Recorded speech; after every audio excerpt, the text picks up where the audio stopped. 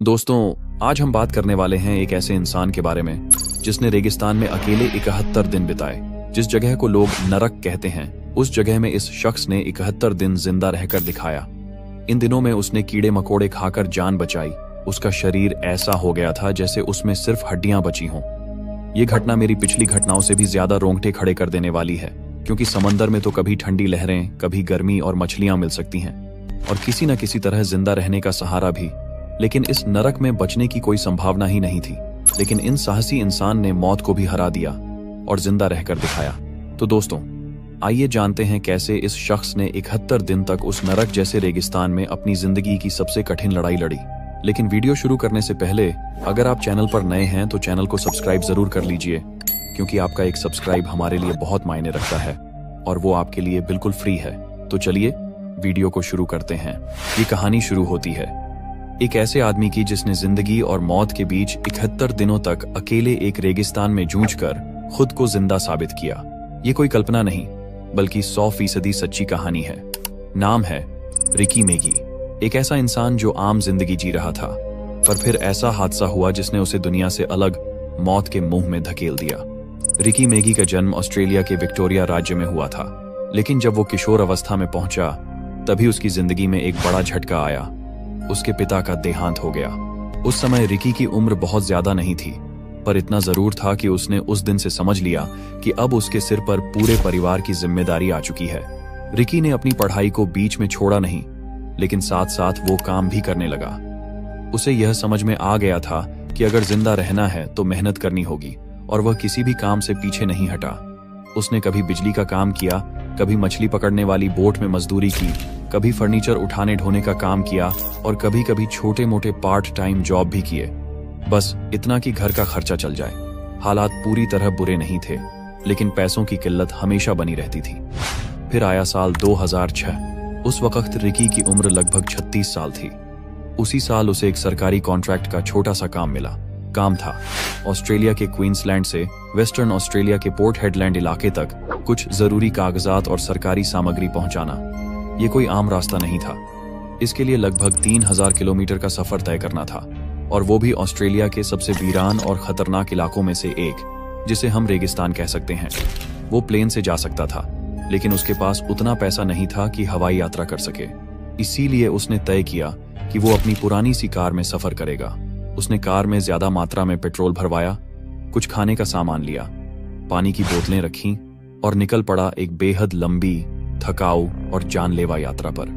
वो रास्ता था बंटाइन हाईवे, एक ऐसा रास्ता जो चारों ओर से वीरानियों और तपती जमीन से घिरा है, जहां कोई मोबाइल सिग्नल नहीं मिलता, और जहां अगर एक बार गाड़ी खराब हो गई तो कोई मदद आने की उम्मीद बहुत कम होती है। रिकी अपने पुराने से कार में रेडियो सुनते हुए धीरे धीरे आगे बढ़ता गया। दोपहर की कड़क धूप और रात की गहरी ठंड के बीच उसका सफर जारी था। इसी दौरान जब वह एक ऐसे इलाके से गुजर रहा था जहां सैकड़ों किलोमीटर तक कोई नहीं मिलता, तभी उसने देखा कि सड़क के किनारे एक गाड़ी खराब पड़ी है। उस गाड़ी के पास 3 आदमी खड़े थे। उन्होंने इशारा किया और मदद मांगी। रिकी रुका, इंसानियत दिखाई और उन्हें अपनी गाड़ी में बैठा लिया। कुछ ही दूरी के बाद उन्होंने कहा कि प्यास लगी है। उनमें से एक ने रिकी को एक बोतल दी जिसमें ड्रिंक था। रिकी आमतौर पर अपनी बोतल खुद खोलता था, लेकिन उस दिन पता नहीं क्यों उसने बोतल उन्हीं में से एक आदमी से खुलवाई और बिना सोचे समझे पी लिया। बस यहीं से उसकी जिंदगी बदल गई। उस ड्रिंक में कोई ड्रग मिलाया गया था, बेहोशी का तेज असर करने वाला कोई तरल। कुछ ही मिनटों में रिकी को चक्कर आने लगे, सर भारी हो गया, आंखों के सामने अंधेरा छा गया और फिर ब्लैकआउट। जब उसे होश आया तब तक बहुत देर हो चुकी थी। वो अब एक वीरान, सुनसान और बियाबान रेगिस्तान के बीचों बीच पड़ा हुआ था, अकेला। ना उसकी कार थी, ना जूते, ना फोन, ना बैग, ना खाना, ना पानी, कुछ भी नहीं। वो तीनों आदमी उसे लूटकर, ड्रग्स देकर रेगिस्तान में मरने के लिए छोड़ गए थे। रिकी ने अपने होश संभालते हुए जब चारों ओर देखा तो उसे समझ आ गया कि अब उसके सामने कोई नहीं है, मदद नहीं आएगी। उसे खुद ही ये लड़ाई लड़नी होगी, खुद से, भूख से, प्यास से, गर्मी से, जानवरों से और उस मौत से जो हर पल उसका इंतजार कर रही थी। रिकी मेगी अब उस वीरान रेगिस्तान के बीचों बीच अकेला खड़ा था। न कोई इंसान, न आवाज, न कोई उम्मीद, सिर्फ चुप्पी, गर्म हवा और तपती हुई जमीन जो हर कदम पर उसके पैरों को जलाकर राख कर देना चाहती थी। उसके पांव में न जूते थे न मोजे। वह बिल्कुल नंगे पांव था और जमीन पर जो धूप की गर्मी पड़ी थी उसका तापमान 40 से 45 डिग्री सेल्सियस के बीच होगा। जमीन की रेत इतनी गर्म थी कि वो अंगारों जैसी लग रही थी। लेकिन रिकी जानता था, अगर जिंदा रहना है तो चलना होगा। हर कदम मौत से लड़ाई का एक हिस्सा था। गर्म रेत पर नंगे पैर चलना, वो भी तब जब शरीर में ना पानी हो, ना खाना और ना ही किसी इंसान की परछाई। वो हर कदम एक नई तकलीफ देता था। उसके पांव जलने लगे थे, छाले पड़ गए थे और चमड़ी जगह जगह से उतरने लगी थी। लेकिन वो रुका नहीं। दिन चढ़ते चढ़ते धूप ऐसी लगने लगी जैसे आसमान से आग बरस रही हो। शरीर जलने लगा, आंखें पथरा गईं और होंठ सूख कर फटने लगे। प्यास का आलम यह था कि गले से आवाज भी नहीं निकल रही थी। कई घंटों तक बिना रुके चलता रहा। शरीर ने जवाब देना शुरू कर दिया, लेकिन दिमाग अब भी जिंदा रहने की उम्मीद में काम कर रहा था। और तभी एक भ्रम। उसे दूर से ऐसा महसूस हुआ जैसे वहां कोई झील है, कोई पानी का तालाब। वो लड़खड़ाते हुए उस ओर दौड़ा और जैसे ही वहां पहुंचा वो सिर्फ रेत थी, आंखों का धोखा। उसके हाथों में रेत आई, पानी नहीं। शरीर अब टूटने लगा था, लेकिन अंदर कहीं एक कोना जिंदा रहने के लिए तड़प रहा था।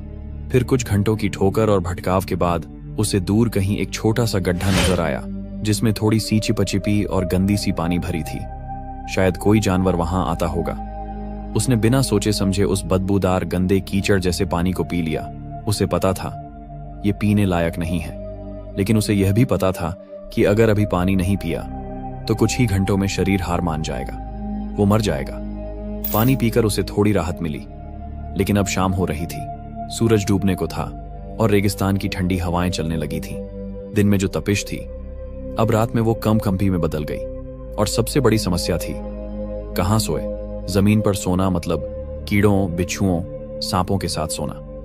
लेकिन किस्मत से उसे कुछ दूरी पर एक गुफा जैसी जगह दिखी। वो हिम्मत करके वहां तक गया, अंदर झांका। अंधेरा था, पर कम से कम ऊपर सिर रखने के लिए छत थी। वो वहीं बैठ गया। शरीर थक चुका था, मन अब भी जिंदा रहने की आस में था। लेकिन उस रात वो नींद में नहीं गया, वो जागता रहा, क्योंकि गुफा में कीड़े मकोड़े रेंग रहे थे। किसी ने उसके पैर पर काटा, किसी ने हाथ पर। लेकिन वो जानता था कि यह सब मौत से कम नहीं। फिर भी अगर यही खाना है तो खा लेता हूं। उसने पहली बार अपनी जिंदगी में यह जाना कि इंसान भूख से नहीं, हिम्मत टूटने से मरता है। वो अब जीने के लिए हर चीज खा रहा था, कीड़े, मक्खियां, कभी कभी पत्ते, और कभी तो अपने पसीने को ही चाट लेता ताकि शरीर में नमी बनी रहे। और वो रात, वो काली, डरावनी, सर्द रात उसकी जिंदगी की सबसे लंबी रात थी। लेकिन वो जिंदा रहा, क्योंकि लड़ाई अभी खत्म नहीं हुई थी। रेगिस्तान की आग उगलती रेत पर नंगे पांव चलता हुआ रिकी अब अपने होश और चेतना के बीच लड़खड़ाने लगा था। उसकी त्वचा जल चुकी थी, होंठ सूख चुके थे और शरीर सिर्फ हड्डियों का ढांचा बन चुका था। वो बस चल रहा था कहां, उसे खुद भी नहीं पता था। हर कदम जैसे मौत की ओर बढ़ रहा हो। तभी एक चमत्कार हुआ। रिकी की बंद होती आंखों पर एक बूंद गिरी, ठंडी, नरम, किसी फरिश्ते के स्पर्श जैसी। वो पल जैसे आसमान ने खुद रोकर रिकी को जिंदा रहने का इशारा दिया। रिकी ने आंखें उठाईं। काले बादल गरज रहे थे, आसमान बिजली से चीर रहा था और फिर तेज बारिश शुरू हो गई। पहले बूंदें गिरीं, फिर पलक झपकते ही मूसलधार बारिश होने लगी। उस सुनसान रेगिस्तान में जहां हर जिंदा चीज मर जाती थी, वहीं कुदरत ने जैसे जिंदगी बरसानी शुरू की। रिकी ने एक पल भी गंवाया नहीं।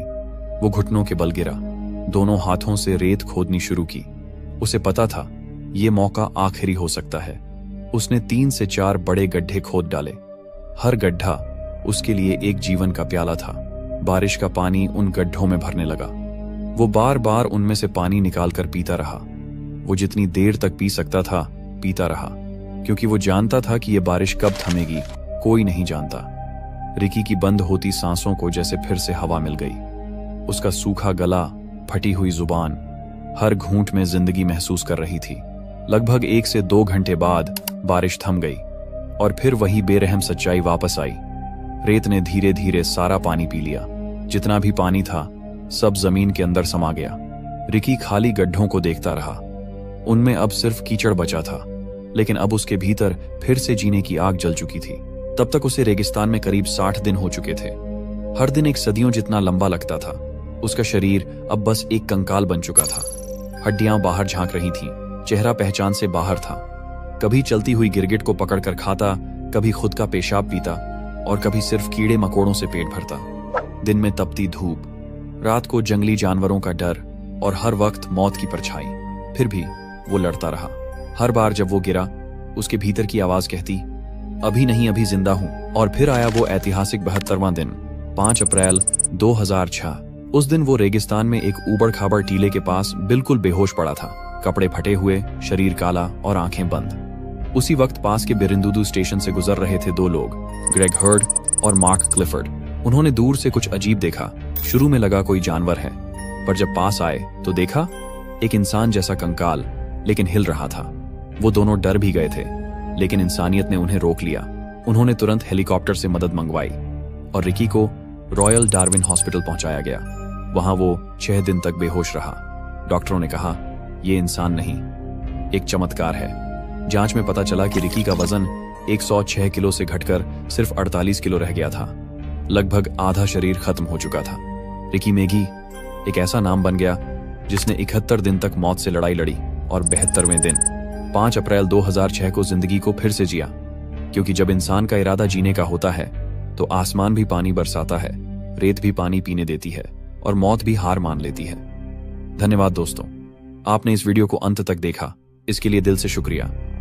अब सोचिए, अगर आप इस इंसान की जगह होते तो क्या आप भी इतने दिनों तक जिंदा रह पाते? आपके लिए कमेंट सेक्शन खुला हुआ है, जरूर बताइए, हम हर एक जवाब पढ़ते हैं। और हाँ दोस्तों, चैनल को सब्सक्राइब करना ना भूलें, क्योंकि आपका एक सब्सक्राइब हमारे लिए ऐसा है जैसे परिवार में कोई नया सदस्य जुड़ गया हो। तो चलिए दोस्तों, मिलते हैं अगली रोंगटे खड़े कर देने वाली सच्ची घटना के साथ। तब तक के लिए अलविदा और दिल से धन्यवाद।